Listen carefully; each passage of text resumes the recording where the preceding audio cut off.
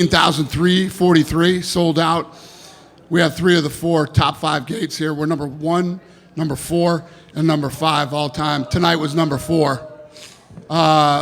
Performance of the night went to you, Holland, Kayla, and Merab. They all won 50 grand.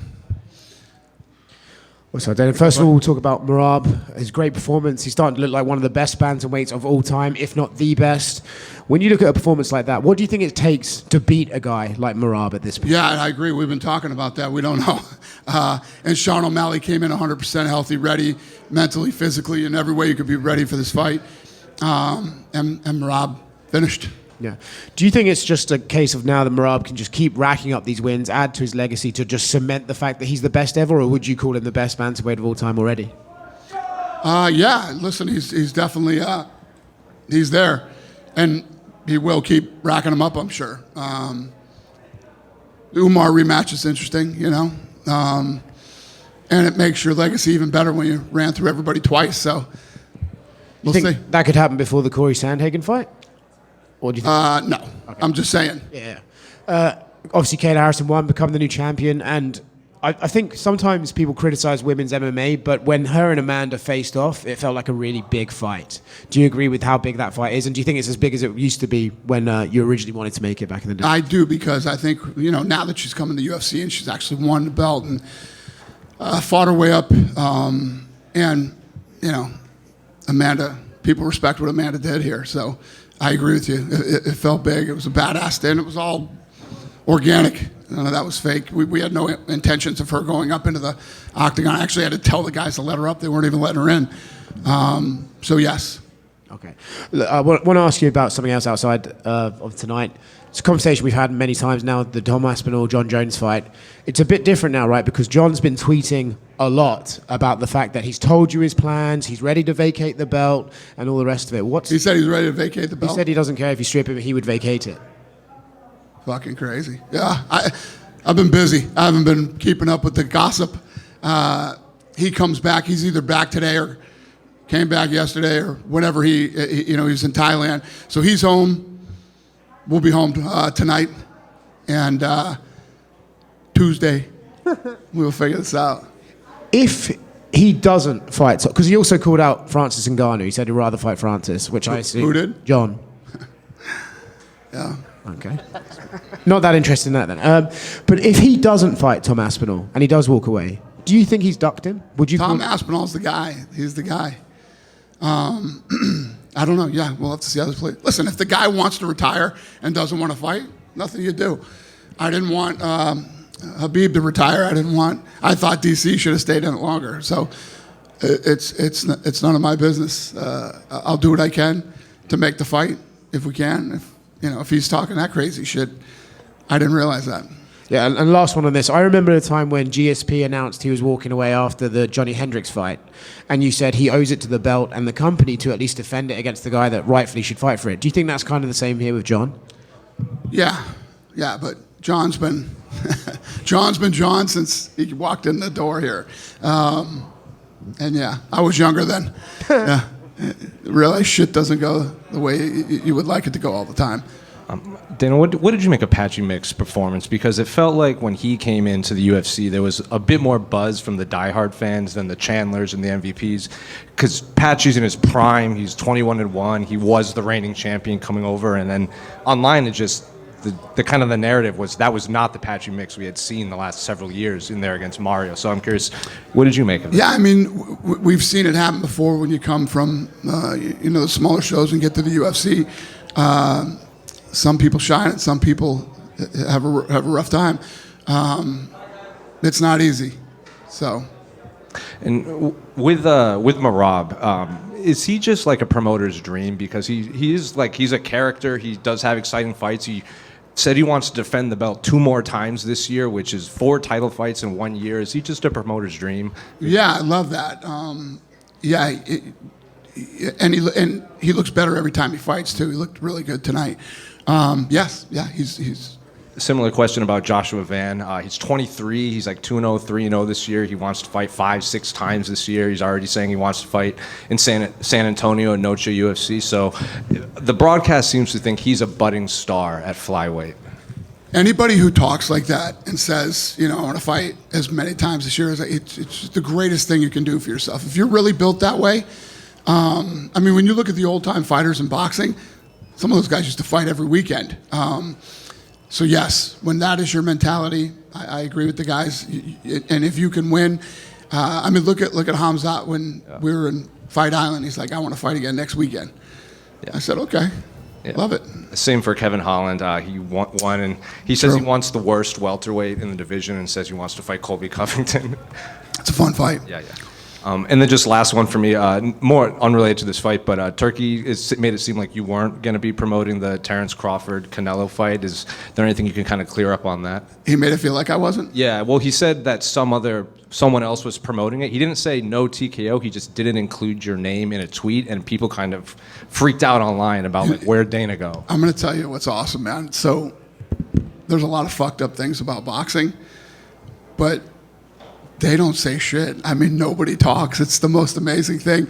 If we sign a deal, I gotta fucking get on my phone quick and go, hey, we just fucking, because 90,000 people will be out there talking about it.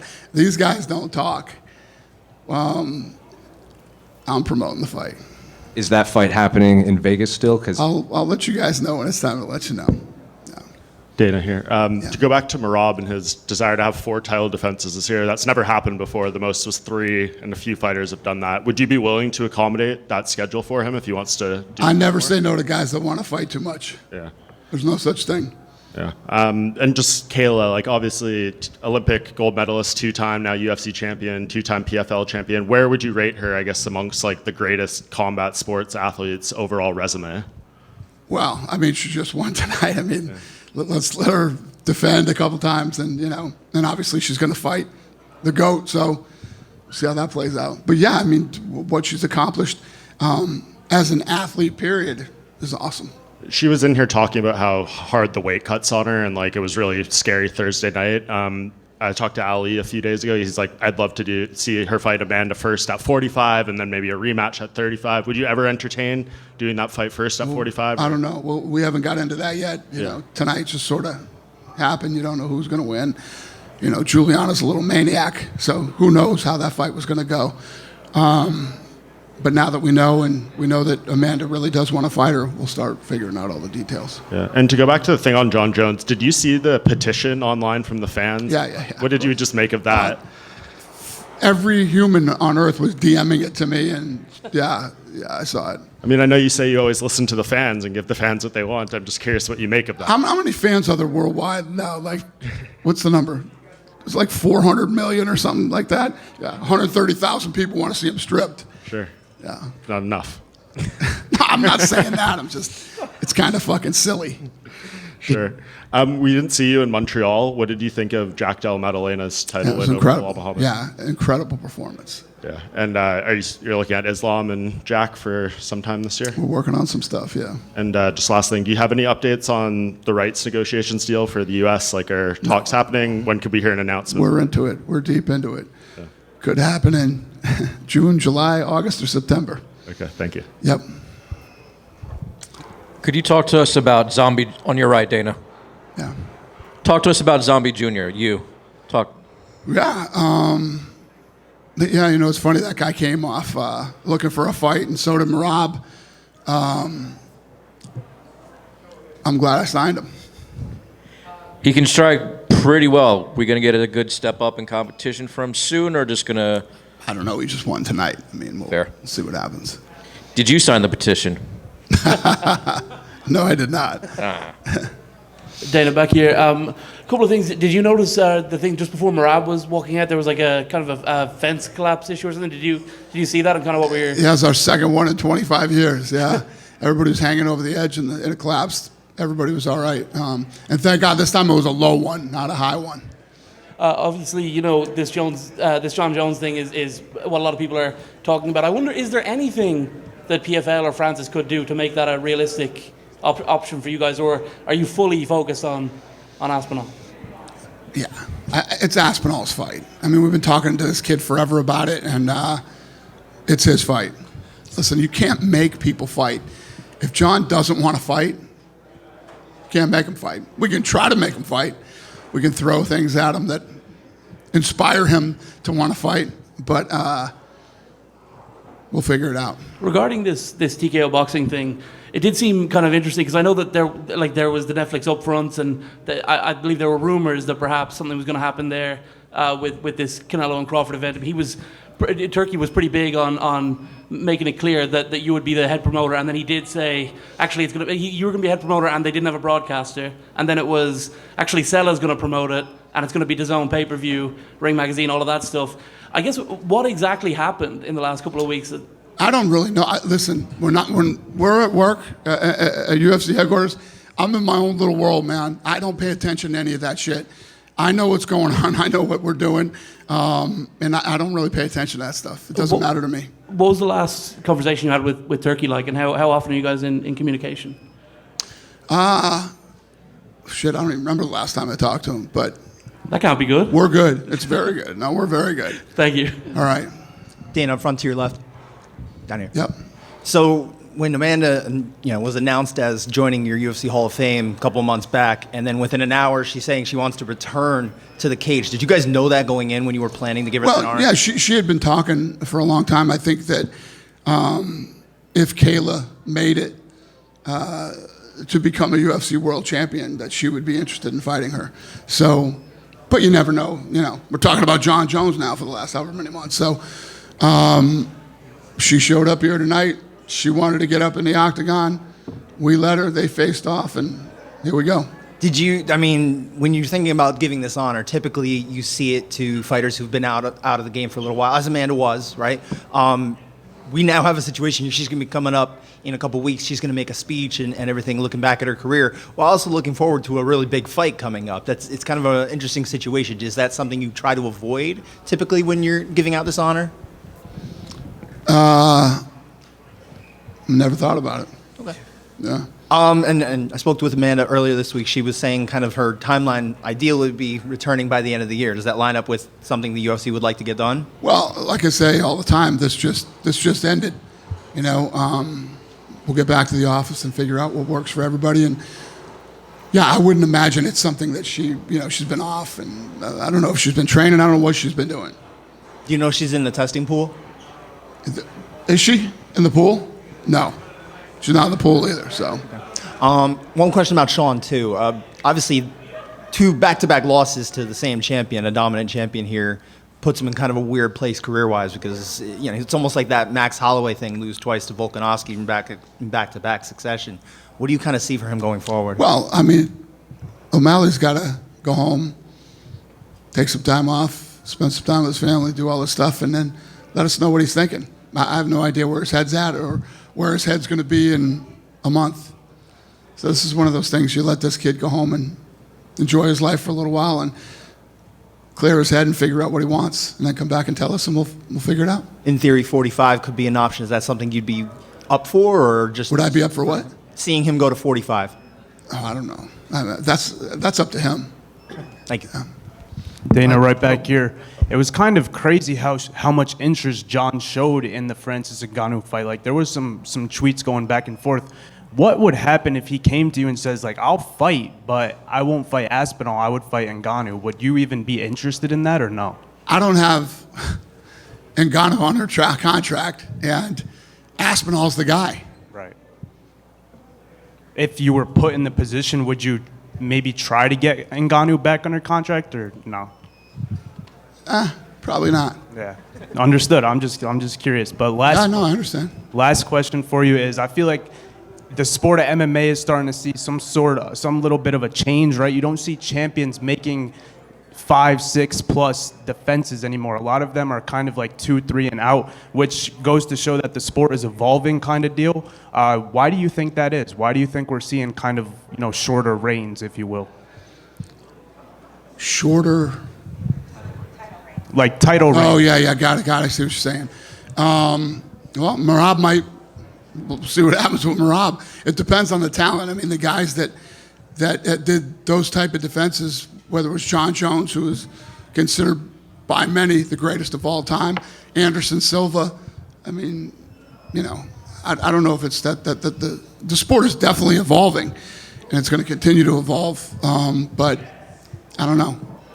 And last question, in a few weeks you'll take the promotion to Azerbaijan for the very first time. What are you expecting out there? How excited are you to cross off another place to bring the UFC? Yeah, I love it, and I like going to new places and exposing the live event to people. We had a bunch of people here tonight who had never been to a live event before, and when you talk to people after they see it live, it's different than watching it on television. So anytime I can get that experience to bring people in that have never been, I love it. It's literally my goal over the next however many years till I drop dead. Yeah. Thank you, man. Yeah. Hey Dana, over here. Mm-hmm. Is a Pantoja Merab super fight something you're open to in the future? Never even thought about it till you just said it. I'm open to anything that makes sense and that people want to see. Also, you recently came out with the energy drink Form. If anyone wants to try it out, what's some flavors you recommend? The Form? Well, obviously everybody is going to have their own opinions and their own. For mine is orange right now, but Lene loves the grape. I don't know. You got to choose for yourself. I'm orange. She's grape. The Screamin' Freedom is like the old Bomb Pops. And then I've never been like a blue Raz or any of that shit kind of guy. But that's pretty good too. Thanks. Dana right here.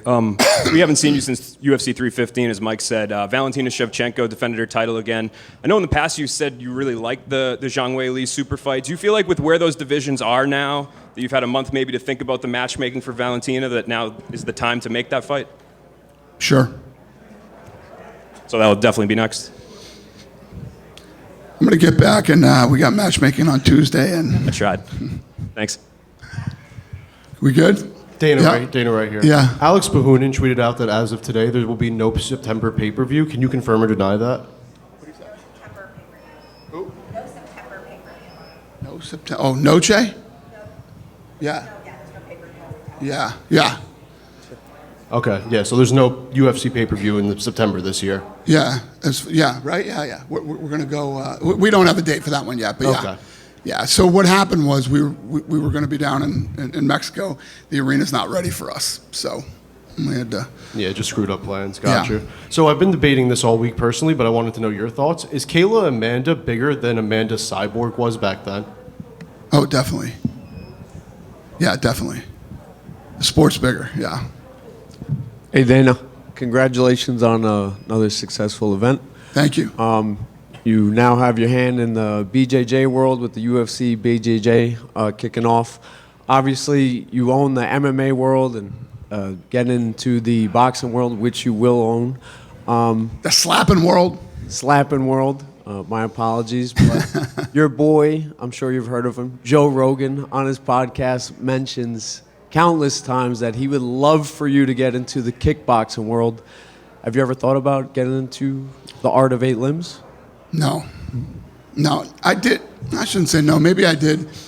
20 years ago, we were looking at some stuff. When I was younger, and I was a huge boxing fan, I used to like kickboxing too. I used to watch kickboxing on ESPN, and remember when they used to say the kick of the 80s? It was, kickboxing was the kick of the 80s or some shit like that, but it never really happened. And I don't know. It's just not. I have to feel it and really like it, and it's just not that I don't like kickboxing. It's just I don't want to promote it.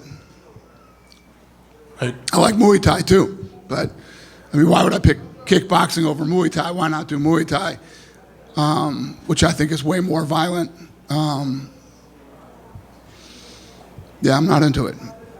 Dana, other way, over here. Yep. Yeah, one more thing on just Jon. I know you said you can't make him fight Tom, and it's ultimately up to him. I know you've basically been on every wave in this sport. In your heart, do you believe that this is just the process, or is it ultimately you'll get him to fight in your mind? It's definitely the process with Jon Jones. I've been going through this since the day he started here, and it's definitely the process.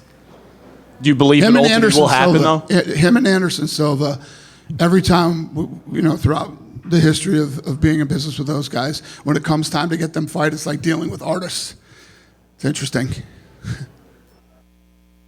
What's your gut? Like, in your gut right now, does it tell you that fight will end up happening? What's that? Like, in your gut, do you think that fight will ultimately end up happening? Yeah, I mean, I've been saying it since the beginning, and Jon Jones agreed to do the fight. So Jon Jones was offered the deal and accepted the deal. Dana. Yeah. Dana here. Heading into the fight, some people had concerns of a lackluster card, essentially of the entire card. However, I wanted to know personally, what did you think of the card tonight? Because it looked like the place was rocking. Yeah. How did that start? You said people were expecting a lackluster card? Yeah, people saw the card, and it got a lot of feedback on Twitter and things of that nature. People expected a lackluster card. However, tonight seemed really exciting. Yeah, that's the goofiest shit of all time when people start talking about fights or cards before they happen. If you want to judge a card, judge it after it happens. And, if you think fights were lackluster or the card didn't live up to expectations, it's like I've been hearing this shit for 25 years. So, but I thought the card was good. It was a fun night. Yeah, and at the end of the day, if you look at, there's 4 performance of the night bonuses tonight. That's a good night.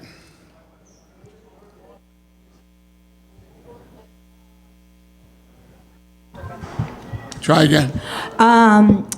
Shawn Ali said that he didn't see a trilogy coming again with Chito Vera, but after his result tonight, would you say, is it possible to see this fight coming maybe in the future? Chito Vera and who? And Shawn Ali. Again, anything is possible. Because they are one-on-one, right? It could Yes, be. ma'am. Anything is possible. Thank you so much. Thank you. So, Dan, just to clarify there, you said Jon has agreed to fight with Tom. To clarify, you said that Jon agreed to fight Tom, yes? Jon agreed to fight Tom? Is that what you just said there? Before, on the last answer, you said... Jon agreed to fight Tom, yes. But he hasn't signed a contract or anything. Right. Yeah. You guys have heard me for the last however long. I said, I guarantee you this fight's going to happen. This fight's going to happen. Fight's going to happen. You guys told me the crazy shit that was going on Instagram and all these other places. But yes, I've been saying Jon is going to fight Tom. So there were some rumors out there that you guys had offered him his fuck you money and he turned it down. Unless you hear it come from here or we put out a press release, don't believe any of this bullshit. It's like the Turkey stuff, you know what I mean? And everybody's saying, I know Turkey said some stuff, but unless we come out and say something, it's all bullshit. I just don't get sucked into that stuff anymore. I don't even care. I don't even listen to it. And most of the time, the shit that I hear that happens, I hear from you guys when I come to things like this. Otherwise, I don't care and I don't pay attention to any of that stuff. But yes, Jon agreed to fight Tom. Fact. Good? Thank you, guys. Good night.